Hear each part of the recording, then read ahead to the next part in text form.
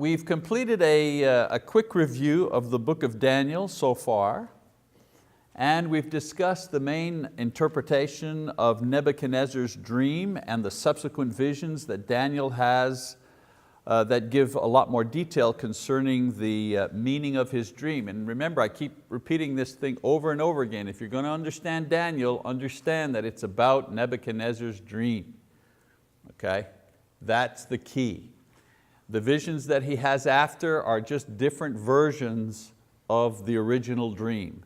And the different visions simply color in more detail concerning the dream. And the dream, of course, is the basis for the prophecies that he makes. So Daniel's interpretation of Nebuchadnezzar's dream and the other visions revealed that beginning with the world power that ruled while he was alive, which was the world power of Babylon, there would be a total of 4 world empires. Now during the 4th and last world empire in his visions, he saw a new spiritual kingdom would be formed by God that would replace these and then would remain forever. Now in some of his visions, Daniel said that at the beginning, the spiritual kingdom that would come would be in a great struggle with the 4th world empire. But the spiritual kingdom would eventually win out and be victorious. Now Daniel also prophesied about regional wars and events that would lead to the rise and the final collapse of the ancient kingdom of Judah and its capital Jerusalem, as well as the time frame for when the Messiah would come. So he had dreams about the 4 kingdoms, and he also had visions about what took place in between the kingdoms to give even more detail. That's why we really look at Daniel's visions and Daniel's prophecies as a strong basis for the inspiration of Scripture. It's not just some sort of nebulous idea that something might happen in the future. It's very, very specific and very detailed. History has shown that Daniel's visions and prophecies were indeed accurate. There were 4 great world empires that succeeded each other: Babylonia, the Medo-Persian Empire, Greece, and then of course Rome. And they were in that particular order. During the Roman period, the Messiah was born and fulfilled his ministry. And the spiritual kingdom that Daniel talked about, which is the church, was established when? During that 4th empire, the Roman Empire. And also the Jewish kingdom was destroyed when? At that time, in 70 AD. We know historically that the Romans went into Jerusalem and destroyed the city and the temple and killed many of the people there. Most importantly, they destroyed the genealogical records with which the Jews could claim that they belonged to a certain tribe, especially the priestly tribe. So without the genealogical records, there was no proof who could be a priest, who could therefore offer sacrifice, and since their entire religion was built around that, the destruction of those records meant the destruction of their religion. It was also during the Roman period that the church was persecuted, but eventually overcame this persecution to spread the gospel throughout the world. And so now, 2,000 years plus later, none of the world empires remain, but the spiritual kingdom, which is the church, continues to grow throughout the world exactly as Daniel prophesied. That stone that struck the statue at its base and the whole statue came crumbling down, and then in the dream, the stone then grew into a mountain that filled the world. Well, that's the church. It started small. During the 4th kingdom, there was a period of struggle, but then eventually the whole thing came crashing down. And what arose out of that? Well, the Christian church rose out of that. And for 2,000 years has continued to grow and fill the earth.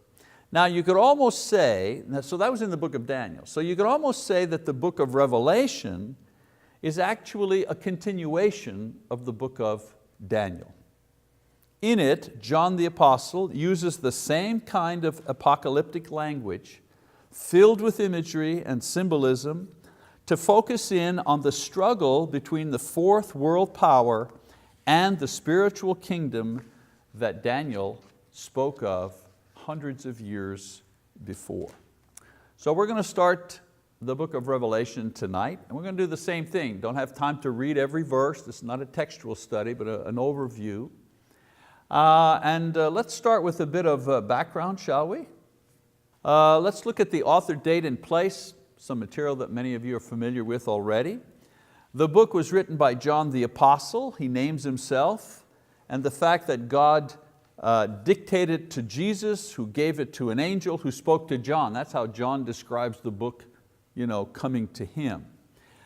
It was the book of Revelation, that letter, was circulated among the churches in Asia Minor, and it gained early acceptance by the entire church. So very early on, the church that existed at that time accepted that the book of Revelation was inspired by God.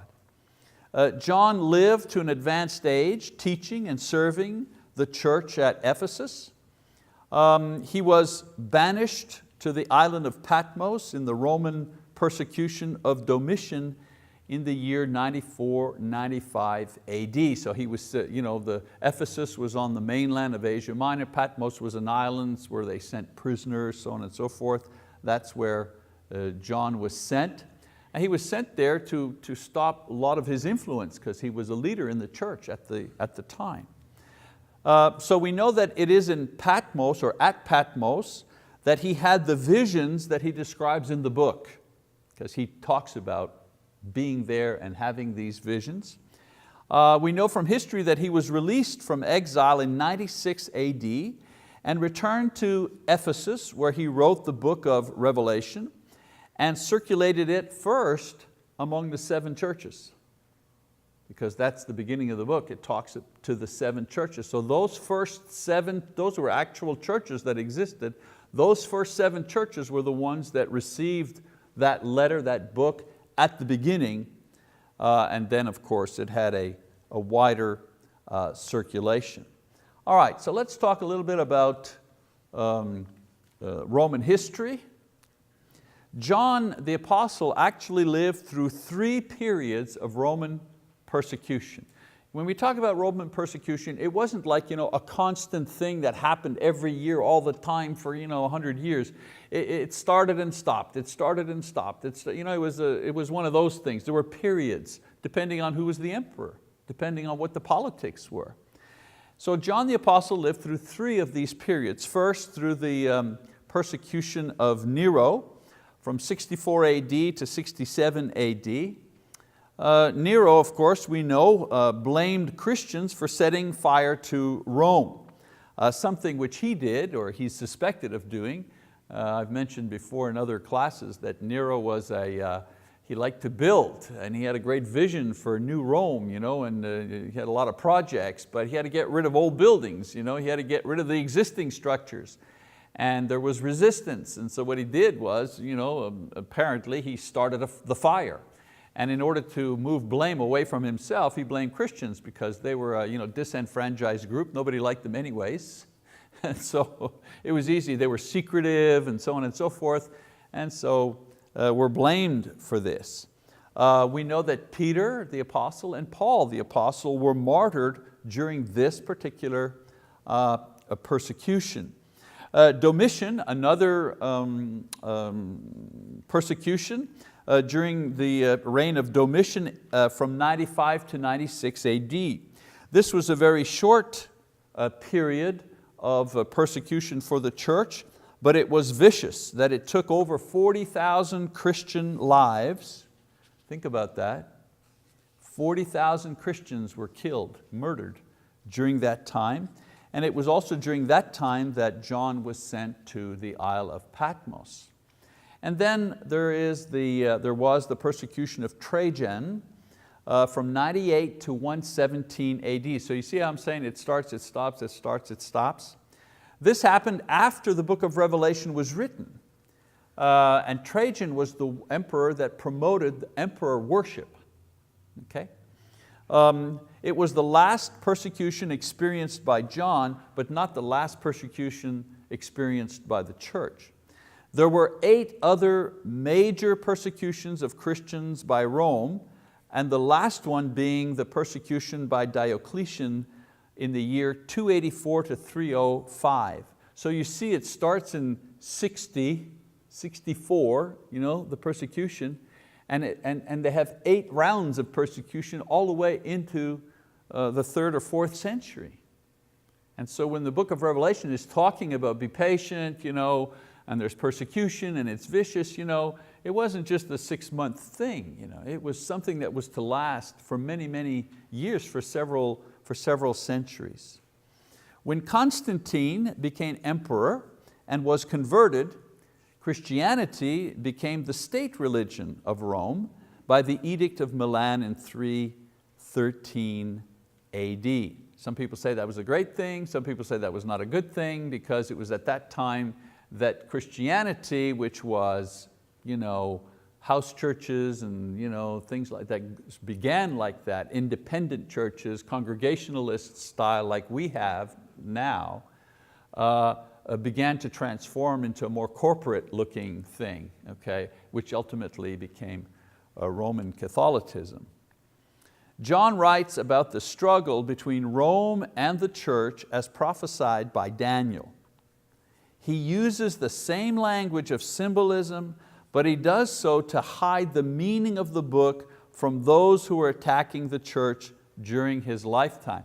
Daniel used that language not to hide anything, because the Babylonians, they didn't care, you know what I'm saying? There was no issue there. He wrote with those terms, he used that language because it was a language that the Jews understood. It was the type of literature that they understood. John uses it because it's language that the Jews understand and Christians understand, but he also uses it because at the time it was a capital offense to own the scriptures, to have any letters from the apostles, because they were they were outlawed. And so he writes in this fashion so that the enemy, if you wish, the persecutors, will not be able to understand what he is writing. Let's take a look at the content. Revelation is the only book in the New Testament that is completely devoted to prophecy. Only book completely devoted to prophecy. It's hard to understand because it is written, as I say, in a particular literary style called apocalyptic literature. I mean, the difference is, has anybody ever read Shakespeare? I mean, Shakespearean English, Elizabethan English? Pilgrim's Progress or any of the plays by Shakespeare as they were originally written. They're in English, but man, they're pretty difficult to understand English. People take courses to understand the English of that time. Well, it's a little bit like that. You have to take a course almost to understand apocalyptic literature and symbolism to be able to understand what they were talking about. So some features of apocalyptic literature. Usually it was produced in times of persecution or suffering. Daniel, for example, right? They were in captivity in Babylon, book of Revelation. These are not the only 2 places where they use this, by the way. Joel, the prophet Joel uses it, and others use it as well. But the 2 examples that we see the most, Daniel and Revelation. It had an intense despair of present circumstances, and it also had an intense hope of divine intervention in the future. Please God, please come to our rescue. It was an intense type of writing. It used symbolic language, dreams, visions. The writers also used celestial characters, demons, to act out God's purpose in history. It's kind of scary when you read it. I mean, it's weird. The wicked, in this type of writing, the wicked suffer catastrophic judgment. Not just the firing squad or they go to prison. I mean, they are just cast in a lake of fire forever. I mean, the judgment is horrible. And the righteous are saved in a supernatural way. An angel comes from heaven and saves them. Now most apocalyptic writing used names of biblical historical character as authors, like the book of Enoch, for example. All apocalyptic writings had these characteristics, including the book of Revelation. But the book of Revelation names its true author. It didn't have just, John didn't stick a name of somebody else on it. He gave his own name. And he plays a part in the action of the book. So he writes in the book, he writes the book, and he's also part of the book, which is an interesting feature. Rome and its past and future persecutions was the model for the book, because most imagery of the enemy can easily be traced to Rome and its opposition to the church. If you know that, that's the key that kind of you're reading through the thing and you go, oh yeah, I get it now, I see who that is. For example, the beast, it talks about the beast with authority over every tribe and people and tongue and nation. I mean, who could that be in the first century? It could only be Rome. I mean, what power was there in the first century that had authority over all the nations? Well, Rome. There was no other power. The mark, we'll read in Revelation, the mark that everyone had to have. I'm not talking about a guy named Mark. I mean a mark, punk, a mark, punk. A mark that everyone had to carry in order to buy and sell. We read about that. Well, that correlates to the imperial seal. In that time, the imperial seal was necessary to be on all contracts, all licenses, all wills, all legal documents. You could not do business unless you had the imperial seal. It was a money maker, come on.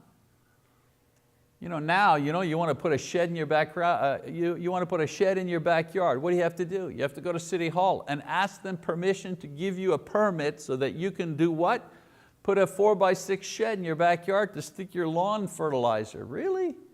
Why do they do that? Are they afraid that we will build sheds that are 16 stories high? No, it's a money maker. You want a bicycle, what do you have to do? Well, you have to get a license for it.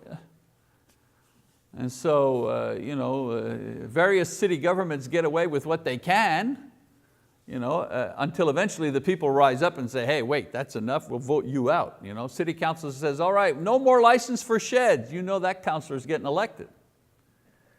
In Rome, you couldn't rise up. Rome said, if you're transporting anything, you're buying and selling anything, you have to have the imperial seal. And if they wanted to starve you out, if they wanted to disenfranchise you, you didn't get the seal. And guess who didn't get the seal? Well, a Christian businessman, was not getting the seal, because part of the seal was also buying into the emperor worship and all that kind of stuff. So anyways, the idea of the seal, who else did a thing like that in the first century? Rome, of course. And then he describes Babylon. He talks about Babylon, but Babylon had been an empire that had disintegrated hundreds of years before. And yet John describes Babylon and he says, she sits on 7 hills. Well, of course, he refers to a wicked city surrounded by 7 mountains. What other big city was surrounded by 7 mountains in those days, other than Rome? There wasn't any. So there are a lot of thinly veiled references to Rome. Now, regardless of how people interpret it now, the book of Revelation was seen as referring to the church's relationship with Rome when it was first read in the first century. The point and we'll talk about this in a minute. Today people say, oh, Revelation, that's about the end of the world, and the 1,000-year reign, and da-da-zee, and da-da-zee. If you lived in the first century and you were a Christian in the first century, okay, and you read the book of Revelation, you knew immediately that John was not talking about the end of the world. He was talking about Rome. and what was happening between Rome and the church. I mean, what good would that letter have been to anybody in the first century if it was only talking about the end of the world? I mean, For them, they thought they were going through the end of the world. I remind you that during the Second World War, a lot of people thought that Adolf Hitler was the Antichrist. They thought that was the end of the world. And that did seem like the end of the world, didn't it? The horrific things that were happening and the entire world was at war. And, So it's about what's going on in the first century.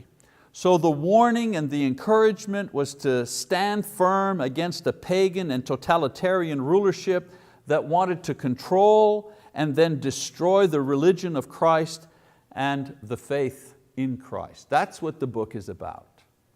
It was also a warning to Christians who were growing lax in their moral standards and becoming wavering in their faith. So the language and the symbols used come from the Old Testament and Old Testament imagery, which would be understandable to Christians, especially Jewish Christians, in the first century. The message is encoded in this way because of the persecution, so that the Roman authorities would not understand the content of the material that was mostly about them. The imagery and the symbols come mostly from Daniel and Ezekiel as well, so that an understanding of this material is necessary if the modern reader is to correctly interpret the book of Revelation. As I say, so many people don't even read Daniel, have no idea about Ezekiel, and they're going to explain to us what Revelation is about. That's why we started in Daniel. If you don't get Daniel, you're not going to get the book of Revelation. And because the book is complex, there are many interpretations as to its meaning. These have been traditionally grouped into different schools of thought. And briefly, here are the schools of thought concerning the book of Revelation. The first one is called the preterist. You might think, oh, that must be a mistake, it should be Peterist, but no, it's preterist, the preterist school. And the preterist school believes that all the symbolism in the book of Revelation refers to the first century only. There's no, quote, prophecy to the end of the world in the book of Revelation. It's all about the first century. That's the preterist school. Then there's the idealist school. The idealist school, for these scholars, these people, the book of Revelation is non-historical. It simply symbolizes the ongoing struggle between Christ, His church, and the evil that's in the world. In other words, it's a parable. It's a kind of a scary parable. And the book of Revelation simply describes what has happened throughout history. There's Christ and His, or throughout history from the beginning of the church. There's Christ and His church and the powers of evil always trying to destroy it, but the church will ultimately win out in the end. So it's just symbolism. There's no history in it at all. Okay, so we have the preterist school and the idealist school. And some people wonder, well, what do we believe? And I'll explain the others in a second. What do we in the churches of Christ, what's our position? Well, our position is actually a combination of the two. Our position is a combination of the two. We hold that John uses the struggle between Rome and the church as a model for the ongoing struggle which will go on throughout history and then end when Christ comes. So we don't say it's just about the first century, and we don't say it's just a symbol. We say it's a combination of the two. Yes, it talks about what really happened in the first century, but what it explains will serve as a model for the church throughout history. Okay? The third school is the historist school. They believe that the book outlines the actual history of the world from Pentecost until the second coming of Jesus, and what they try to do is interpret world events throughout history and try to sync it up with what is happening in the book of Revelation. That's why you have people from time to time coming out saying, oh, the end of the world is now, we've done all the calculations. And so, well, they're part of the historicist school. They've calculated, oh, the beast, and Russia's the beast, and China is the rising power, and the war is coming, and in 20 years there'll be 2 million people fighting in the valley, and so on. That's those people. And then the futurist school, they believe the first 3 chapters refers to the first century, because those are the chapters where John is talking to the 7 churches. So they believe the first 3 chapters refer to the first century and the churches that existed then. And then the other part of the book refers to a future event that they call, careful now, the Great Tribulation. You hear that? During the tribulation. And the symbols describe what will take place then. Most evangelical, when I say evangelical, I mean community churches, Baptist churches, most evangelical churches and charismatic churches, Pentecostals, Church of God, and that. Their idea is one or the other. They're either historicists or futurists or a combination of the two. Okay? So that's why when you're having a discussion with somebody and you're just talking about your thing and their thing, and you're saying, why doesn't he understand what I'm saying? Well, because they're working from a framework here, and you're working from another framework. What I find many times in the church is that we don't know what our framework is. We don't know what we know. Like we know it, but we don't know what it is that we know. So I hope those of you who are here and those who are listening, will understand where are we coming from and why we believe what we believe. All right, another group of ideas regarding Revelation are based on what the 1,000 years, because he talks about 1,000 years, right? The 1,000-year reign. What does the 1,000 years in Revelation refer to?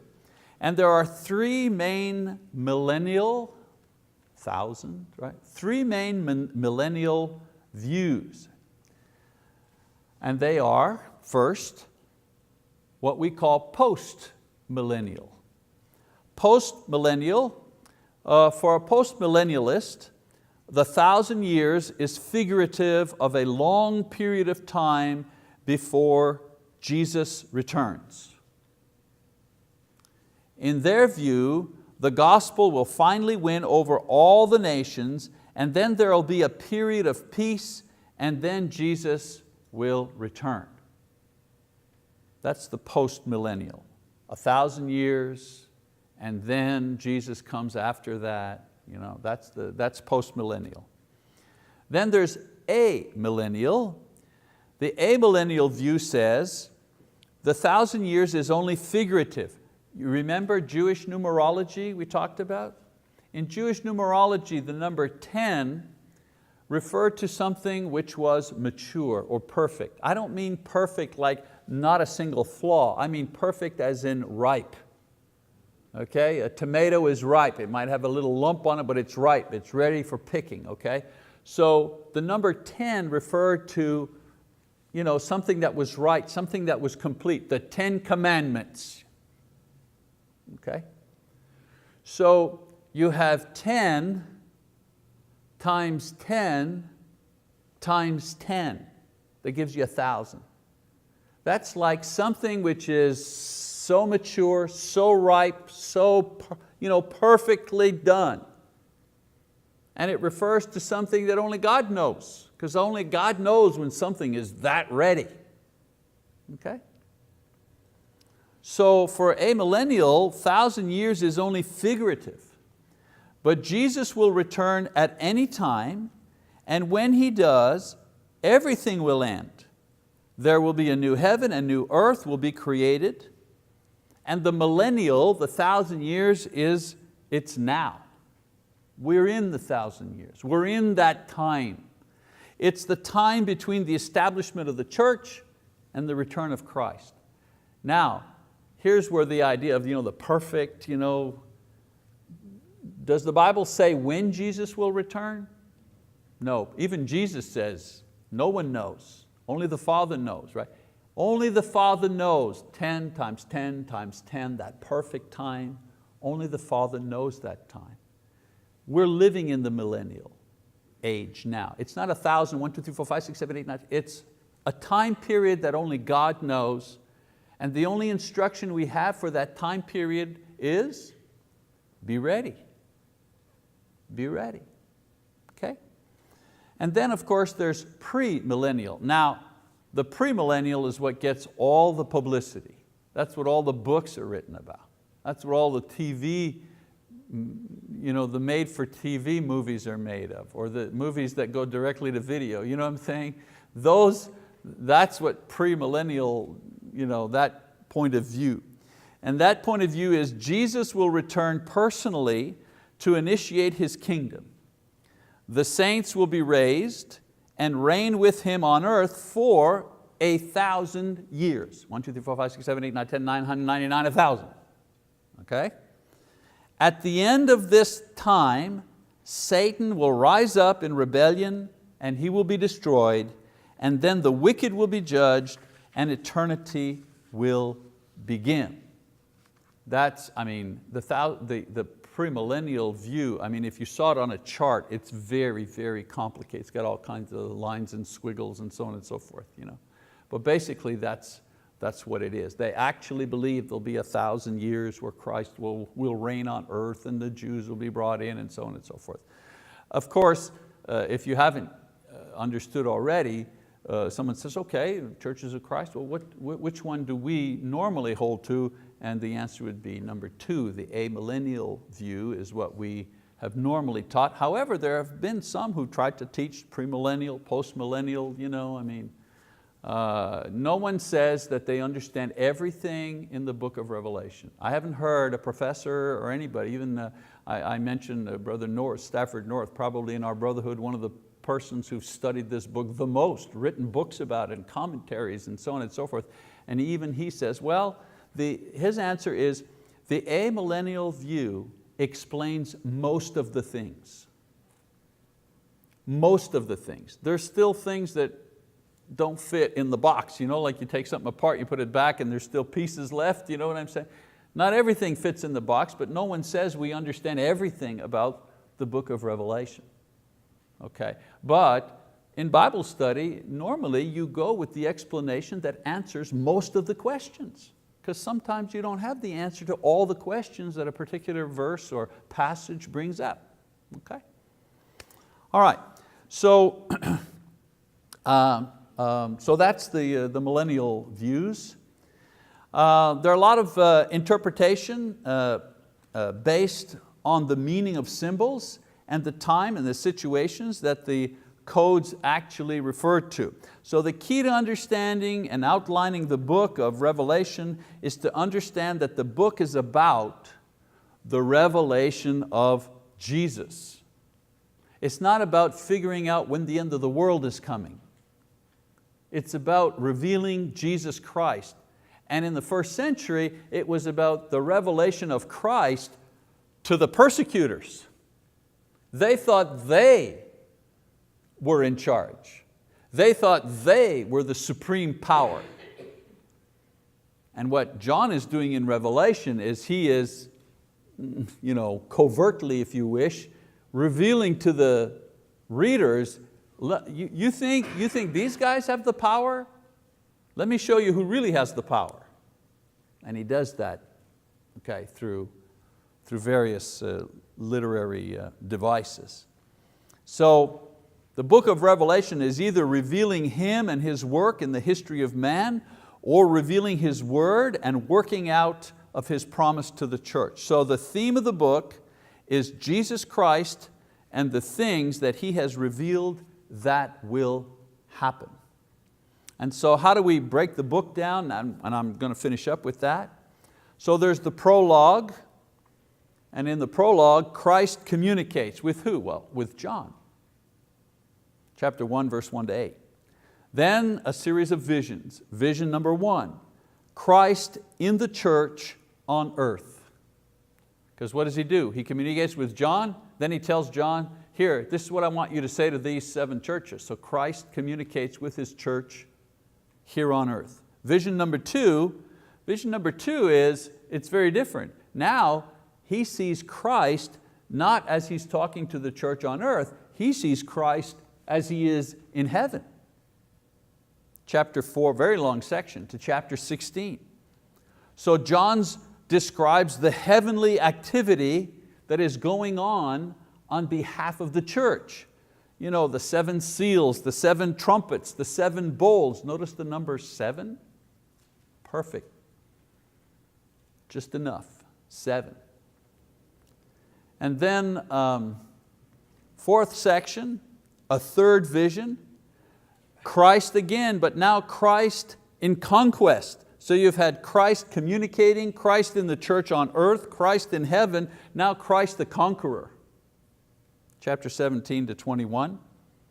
And here again, through a series of visions, the enemy is defeated by Christ, contemporary Rome, the end time, the Antichrist, death itself, all these things are defeated. 5th section, again, this time, remember it was Christ and His church on earth. Now it's Christ and His church in heaven.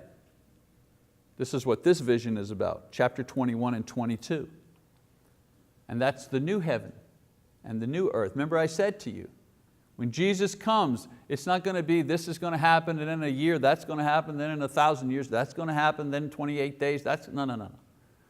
I've said to you before, when Jesus comes, the dead in Christ rise, those who are alive at the time of His coming join Him in the heavens, the evil are judged, the wicked one is sent to his eternal punishment, the heavens and the earth are destroyed, the new heavens and the earth are created, we're all with God in the twinkling of an eye. In the twinkling of an eye. So there are no battles and boy, I wonder when that battle's going to finish. You're going to wake up, it's going to be a done deal.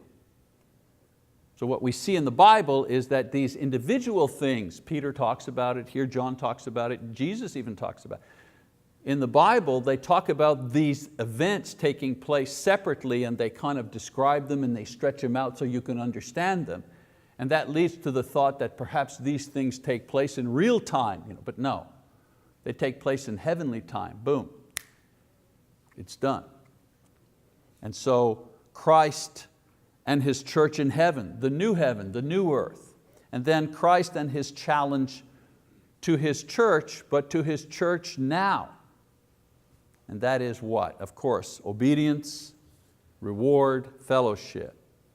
The book of Revelation was not given to predict history, but rather to show the cycle of struggle and faith that the church was undergoing then and would constantly face throughout history. So when you're saying, man, this world is going to hell in a handbasket, well, yeah.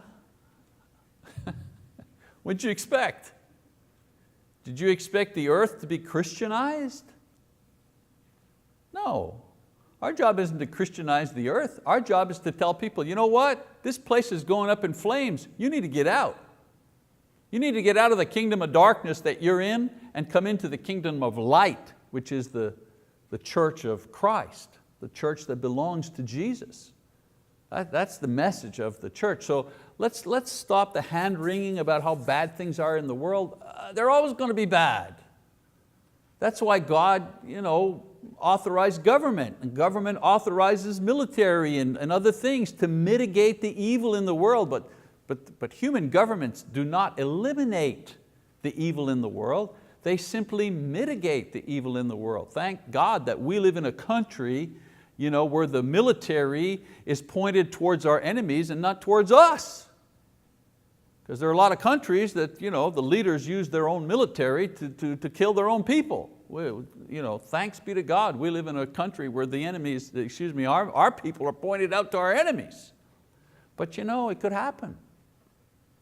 And even then we shouldn't be surprised.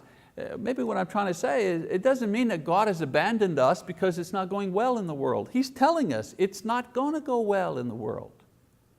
And to be quite honest with you, you and I, our generation, we've kind of lived at a pretty nice period in history. We have. Our country hasn't been attacked. There hasn't been a huge, we've eaten. Anybody here miss a meal? Anybody here ever have to sleep out in the rain?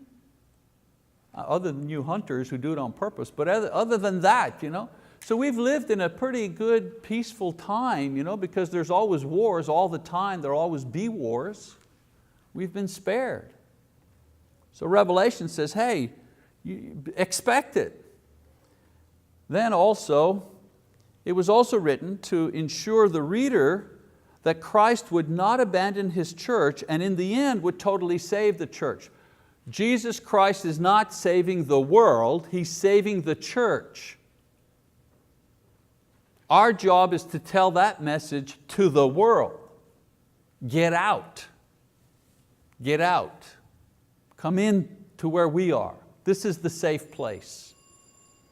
Each generation can relate to this constant struggle, to the ongoing support and strength provided by Christ. And every generation has the same hope and expectation that Jesus would return to destroy evil once and for all and take the church to be with Him in heaven. I hope that happens in my lifetime.